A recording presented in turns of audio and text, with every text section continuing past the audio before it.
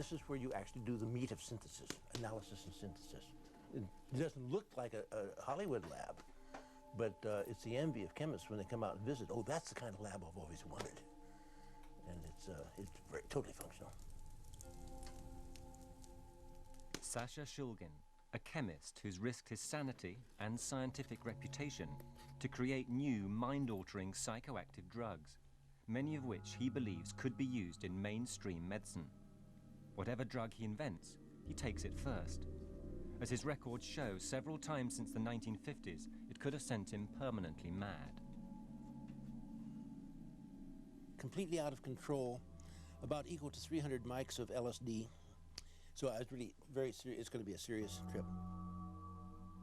Must try not to go to sleep, as I don't dare lose the visual connection to sanity.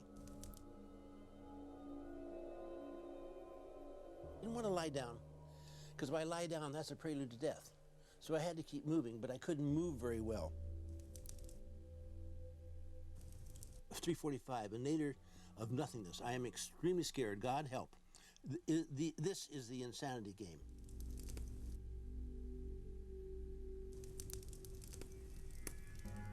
So these kind of thoughts that go through you, they're scary, but you realize that you are on a curve that is not of your making, and as such may not be of your control.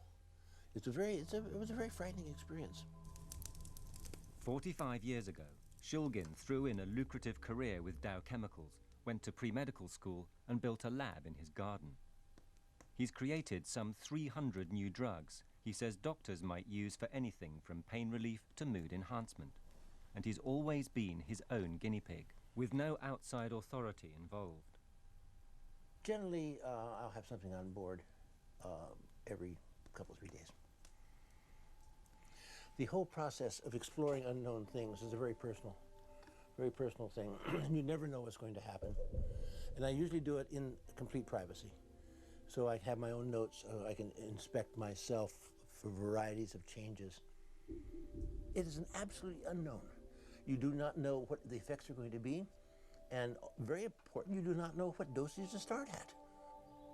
But psychoactive drugs are now highly controversial. Publicly at least, scientists are unwilling to speak out on Shulgin's behalf, with one exception, the chemist with whom he did the first human experiments on MDMA ecstasy, long before it was outlawed. Damn it, Nichols! Good to see you, friend. How you doing? Good. I've been working in the field of psychoactive drugs for about 30 years, and I met Sasha Shulgin about 29 or 30 years ago.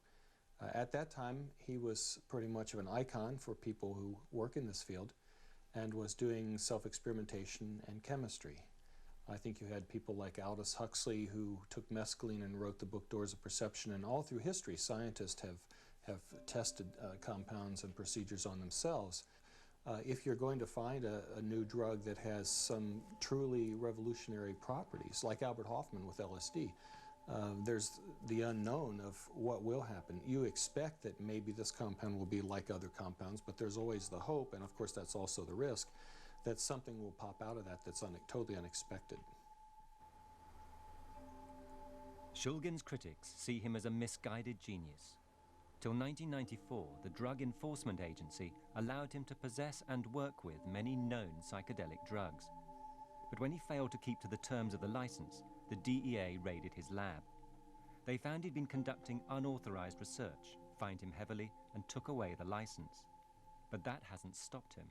He's just adapted by trying to replicate drugs that American law knows nothing about. This Argentine cactus is extremely potent as far as used in the religious rites in the northwestern part of Argentina. But no one knows what's in it. And so I want to find what's in it, and maybe this will be another material that would add to the research I'm doing.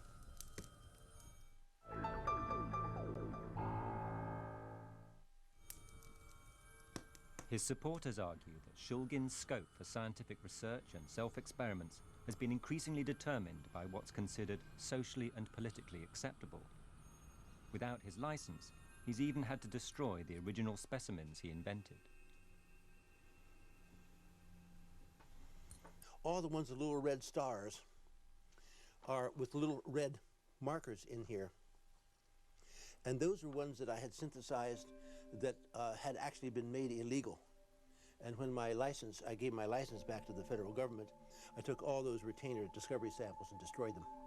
But I put little red markers as mementos of where they had been and of the sad arrogance that I had to destroy discovery samples and materials that are now illegal. Sasha's work has not been a threat to anyone in our society. It was his own personal experimentation. I think the raids on his laboratory were politically motivated. They wanted to make an example of him and say, you know, it's not appropriate for people to do experiments with psychoactive or psychedelic drugs. Certainly for Sasha's work, the big risk, I think, more recently has been the social aspect. The fact that drugs have been defined as somehow inherently evil. The possible social stigma and bringing the attention of the authorities on him and his work has been the real risk. Though Shulgin's always worked on the fringes of medicine, respected periodicals have published many of his findings. He's authored or co-authored around 200 scientific papers. And if the work is good quality, and I pride myself in doing that kind of work, it's published in peer-reviewed journals that are the state-of-the-art journals. And it's the only way you can have a permanent record and have it publicly available. Of course, it could be said that by making these things public, you're endangering the public. In what way? How would I endangering the public? By making facts known? This is part of the increasing of the mass of information. There is no alternative to publishing. It's conceivable that we might find true cures in these.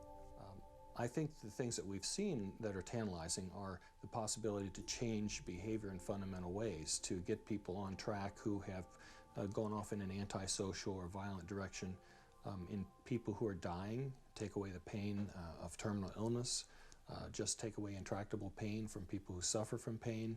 And I think psychiatry needs to come back around, or some branch of medicine needs to come back around to the point where they're focused on the mind and the personality. And that's what's missing. I think when we start focusing on that as part of the whole healing process, then these drugs will become very important.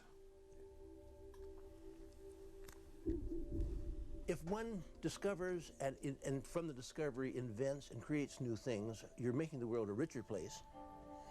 I think the dissemination of knowledge intrinsically makes the world a safer place. If Shulgin's drugs are ever taken up by mainstream medicine, he'll be seen as a brave scientist way ahead of his time, condemned to the fringe by the standards of his day. Meanwhile, it's hard to judge his work. But there's one self-experimenter at the heart of the scientific establishment who admits his experiments could lead to more harm than good. Should we let him propel us into the world of his dreams?